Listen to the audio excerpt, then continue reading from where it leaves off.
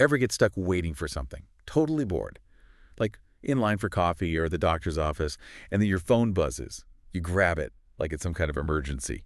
And it's just like a random notification from 3 years ago.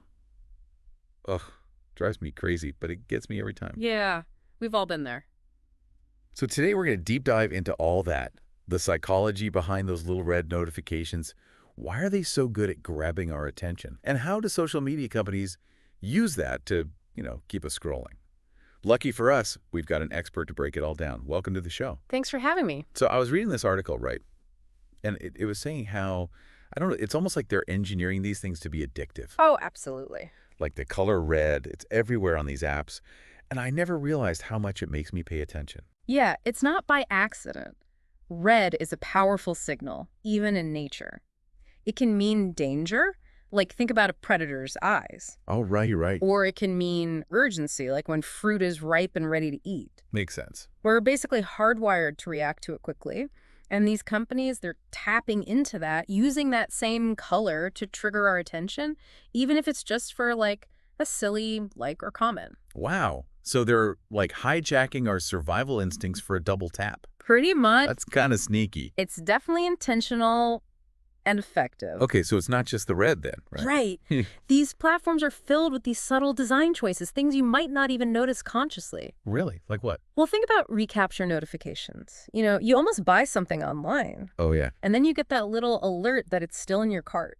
Ugh, yes. That's designed to make you think, wait, I'm missing out. It's so true. Social media does the same thing. Whoa, I never made that connection. It's all about that fear of missing out, right? That feeling that something exciting might be happening and you don't want to miss it. And then suddenly, I'm like checking for comments on a photo I posted hours ago, even though I didn't care 2 seconds ago. Exactly. It's good marketing, I have to give them that. But it's also kind of manipulative, don't you think? It definitely makes you think about how much of your attention you're actually giving away. Right. It's like, what's all this doing to my brain? That's the heart of what they call the attention economy. It's not just about, connecting with friends and sharing photos anymore. It's a business. Oh, absolutely. These platforms are in the business of selling your attention to advertisers. So the more we scroll, the more time we spend on their apps. The more data they collect, and the more ads they can show us. Every swipe, every click, it's all valuable information. Okay, so they want our attention. That makes sense. Right. But how do they keep us coming back for more?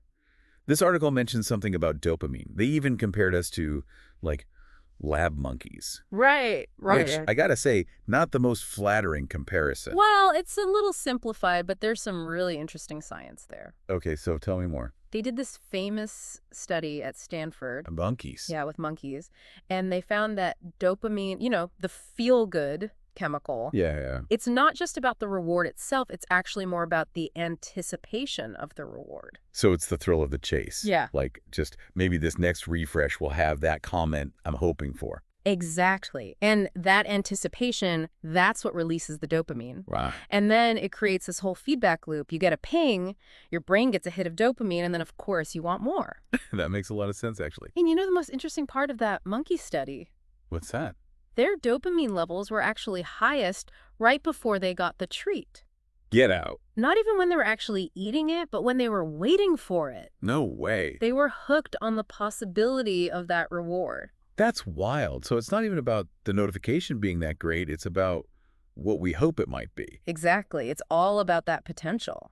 So we're all just like those monkeys, just chasing that little dopamine rush. Pretty much. Except instead of a lever, we're pulling to refresh our feeds. And instead of a treat, it's like a funny meme.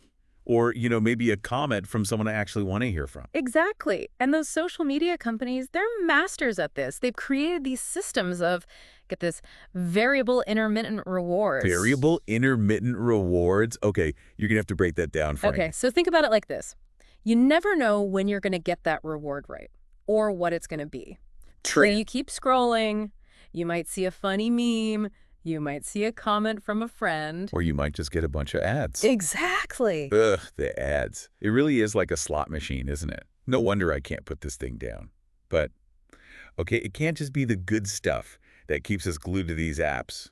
What about all the negative stuff? What do you mean? Well, this article I was reading, it was saying something about how our brains are wired to pay attention to, like, negative emotions, too. Oh, absolutely. It's not always pleasant, but our brains are just as wired to pay attention to negative information as they are to positive. Really? Why is that? Well, think about it from an evolutionary standpoint, right? The people who were more tuned in to threats, to danger, they were the ones more likely to survive. That makes sense, actually. So we're kind of primed to focus on the negative, even if it's stressful or upsetting. And you know what? Those social media algorithms, they can actually identify and amplify content that triggers these negative emotions. Okay, so that explains why I always end up scrolling through those, like, really intense comment threads. Yeah. Yeah, the ones that are just full of people arguing, even though I know it's just going to stress me out. Yep. That's exactly it. Anger, outrage, even disgust. These algorithms are designed to keep us engaged, even if it's through negative emotions. So we're basically programmed to doom scroll. This is getting kind of depressing. It's true, it can be a little disheartening to think about, but that's why it's so important to be aware of these tactics, you know? Yeah, I mean, it's not like I can just, like, throw my phone in the ocean. Right. It's not about giving up social media completely.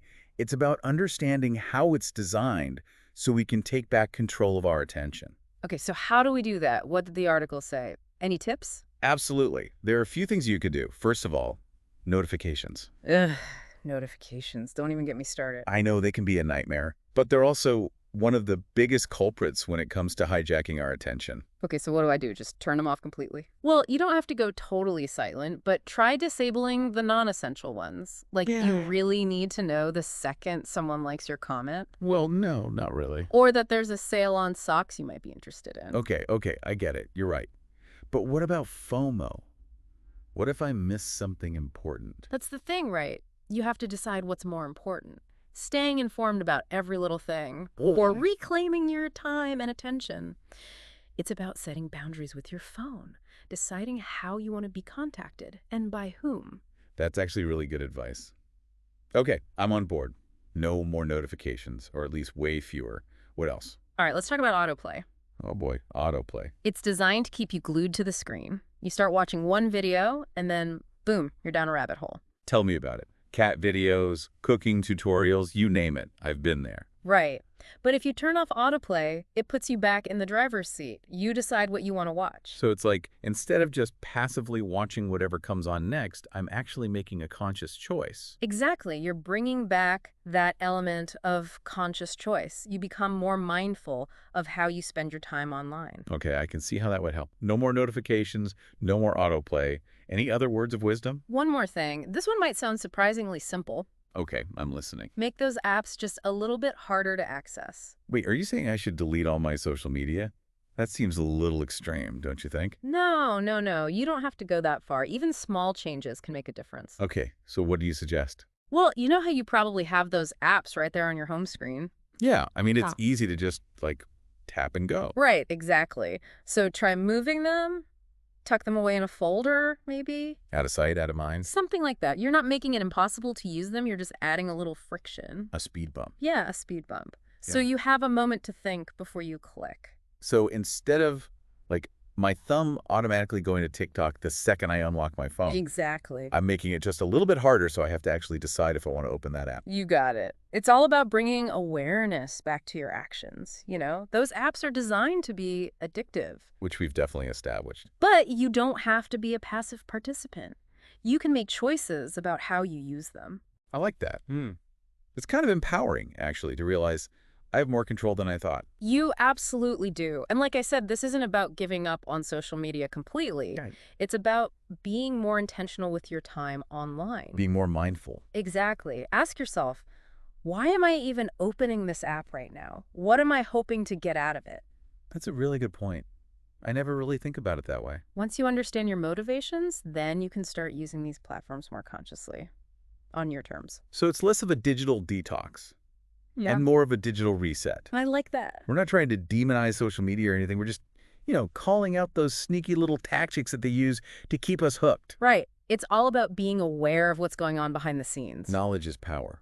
Exactly. And once you understand how these platforms are designed, the colors, the notifications, all of it, that's when you can start breaking free and using them in a way that actually works for you. My mind is officially blown.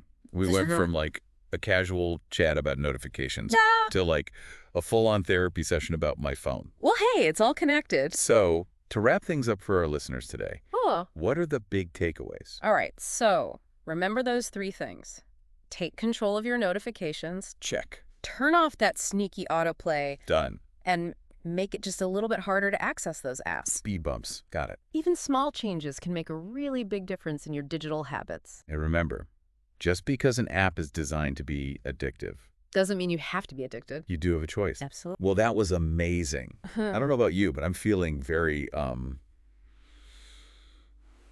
what's the word? Empowered. Empowered. Yes, that's it. I'm ready to put down my phone, go outside, and actually enjoy the real world for a little bit. Thank you so much for joining us for this very eye-opening deep dive. This was great. It was my pleasure. Thanks for having me. And listeners, remember, just because you don't see that little red dot doesn't mean you're missing out on life. In fact, you might be surprised by what you find when you actually look up.